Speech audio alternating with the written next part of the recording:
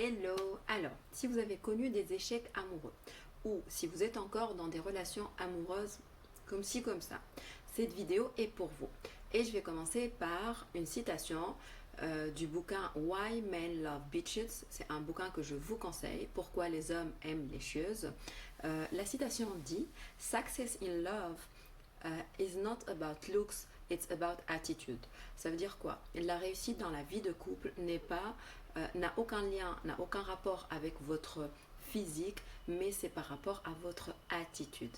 Et on va maintenant voir pourquoi certaines personnes vivent des échecs amoureux et continuent à vivre ces échecs amoureux. Donc, premier point qu'on va voir, en général, on vit des échecs amoureux parce qu'on ne se connaît pas soi-même. Exactement. On ne se connaît pas. Ça veut dire quoi? On ne se connaît pas. Ça veut dire on ne connaît pas nos valeurs, tout simplement. Je vous donne un exemple concret. Une personne qui aime l'aventure, qui aime que ça bouge, que ça change, et qui va se mettre avec un homme et qui a aussi dans ses valeurs, on va dire, la sécurité, peut très fort probablement se mettre avec un homme qui aime bien la routine, le côté stable, routinier. Sauf que cette personne-là, au bout d'un moment, elle risque fort de s'ennuyer. Pourquoi? Parce qu'elle aime que ça bouge, elle aime la route, elle aime l'aventure. Et son conjoint ou voilà, son chéri ne partage pas ces mêmes valeurs. Alors, le fait de ne pas partager les mêmes valeurs n'est pas une problématique en soi. Ce qui est problématique, c'est ne pas être conscient de ces valeurs soi-même. Et c'est pour ça que je dis, la première raison, c'est de ne pas se connaître soi-même. Donc, il est important de se connaître et connaître ses propres valeurs. Après, donc j'ai mes notes pour ne rien oublier. Donc le point 2 que j'ai noté, c'est on ne sait pas comment communiquer avec l'autre. En effet, c'est pas en réalité un problème de ne pas avoir les mêmes valeurs que l'autre. Mais ce qui est problématique, c'est de ne pas comprendre les valeurs de l'autre et de ne pas savoir communiquer avec l'autre tout en étant dans l'amour et dans la compréhension. Ça veut dire quoi? Concrètement, je prends un exemple. En général, les femmes, on est plus romantiques que les hommes, en général, d'accord? Et les hommes, ils sont souvent... Donc, il faut savoir que les femmes, par éducation, par la société, etc., on est plus dans des profils, ce qu'on appelle empathiques. Empathique, ça veut dire on parle pas avec le cœur, par le sentiment, l'émotion. C'est comme ça.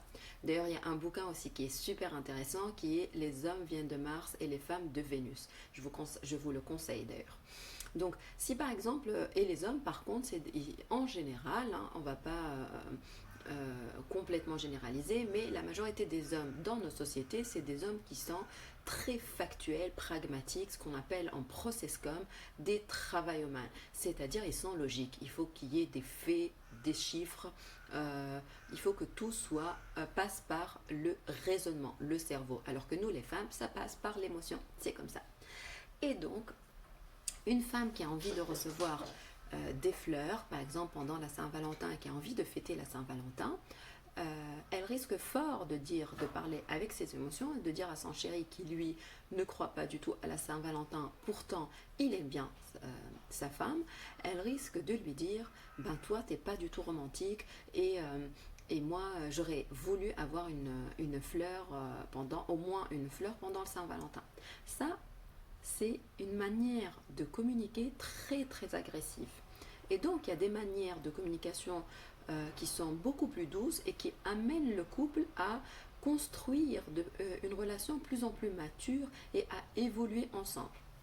D'ailleurs, si vous êtes intéressé, bientôt je vais ouvrir ma formation en communication relationnelle, qui sera disponible sur mon académie en ligne. Et voilà, suivez-moi, je vous tiendrai au courant. Je reviens à notre sujet. Donc, au lieu de dire tu n'es pas romantique, là où on agresse la personne, il est important d'utiliser le je. C'est-à-dire, moi j'ai besoin, apprendre à exprimer ses besoins. Moi j'ai besoin, c'est important pour moi de fêter, entre guillemets, en quelque sorte, la Saint-Valentin. Oui, parce que votre homme, il ne le fait pas contre vous. En fait, c'est juste pas dans ses valeurs. fêter ses fêtes commerciales, entre guillemets, comme disent souvent les mecs. Donc, c'est vraiment une différence de perception. Donc, c'est à vous, oui, c'est à vous, femmes, de dire, moi, j'ai besoin, et d'ailleurs, cette technique de communication, vous pouvez aussi l'utiliser avec vos enfants, avec votre manager, partout. D'abord, exprimer son besoin à soi. J'ai besoin de, c'est important pour moi parce que. D'accord? Et donc ça parle de vous. À partir du moment où vous parlez de vous, vous n'attaquez plus la personne. Vous êtes plus dans la réceptivité, dans l'émotion positive. Donc retenez ça. Troisième point qui explique l'échec, on essaie souvent de trop plaire à la personne. Donc, et c'est souvent très féminin ça. Alors, c'est pas toutes les catégories de femmes. D'ailleurs, dans le livre Why Men Love Bitches, il classe les femmes entre the nice girl and the bitches. En gros, les filles super gentilles, je faisais partie de cette catégorie, et les chieuses, d'accord. En fait, les filles super gentilles, elles vont avoir tendance à se suradapter. Elles vont essayer de tout faire pour plaire. Je vous donne un exemple. Une fille qui avait l'habitude, par exemple, de faire des activités, que ce soit sportive, dans l'associative, le bénévolat, etc. Elle avait vraiment son agenda avec certains créneaux, c'est que pour elle, c'est que pour ses activités. The nice girl, elle va avoir tendance à annuler ces activités-là pour s'adapter à l'agenda de son chéri, parce que son chéri n'est pas dispo. Alors on peut le faire une fois, ok, mais si on le fait souvent, alors que c'est quelque chose qui nous procure du plaisir, si on essaye de se suradapter, eh ben on perd nos valeurs et on n'est plus aligné avec nos valeurs qui vont être par exemple se faire plaisir, prendre soin de soi, etc. à force d'essayer de trop plaire. Sauf que au fur et à mesure du temps, eh ben votre mec il va se dire bizarrement, elle ne m'intéresse plus.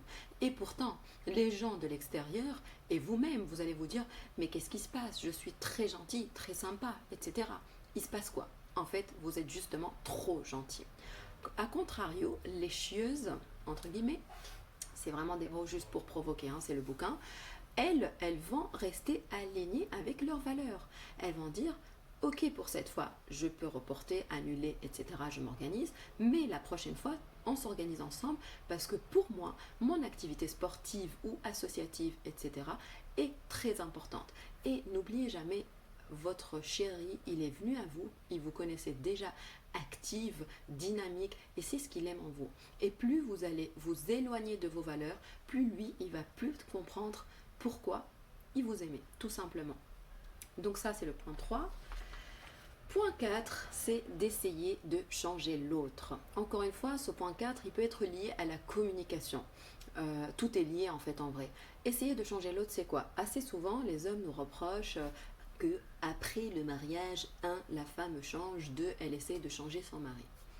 Ça arrive, c'est vrai, parce que voilà, c'est lié à beaucoup de choses en fait dans la société, c'est-à-dire effectivement dans la société on nous fait comprendre que le mariage est très important et donc certaines femmes, elles oublient que la finalité n'est pas le mariage en lui-même, mais c'est plutôt la relation amoureuse, c'est-à-dire vraiment construire une vraie relation saine et durable dans le temps.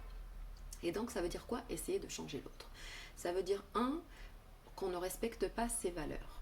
Et pareil pour les hommes qui essayent de changer la femme, ça veut dire qu'il a du mal à respecter ses valeurs. Mais encore une fois, nous avons une capacité de communiquer et d'expliquer nos valeurs.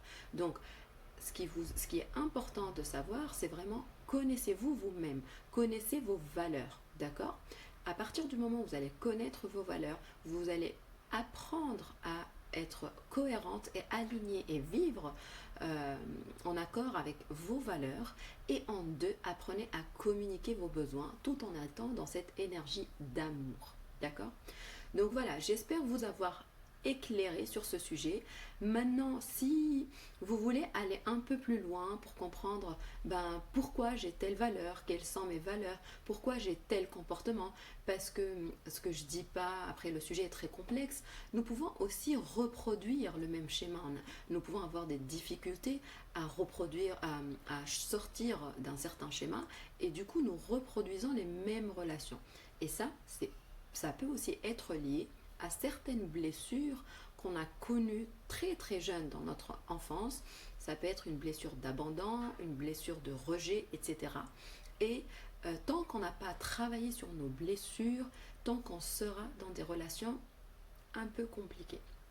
Donc si vous voulez aller plus loin, n'hésitez pas à me laisser un commentaire ou m'envoyer un message privé pour me dire oui, je veux. On fera un appel clarté pour travailler sur ce sujet ensemble. Voilà, j'attends vos feedbacks et puis bon courage.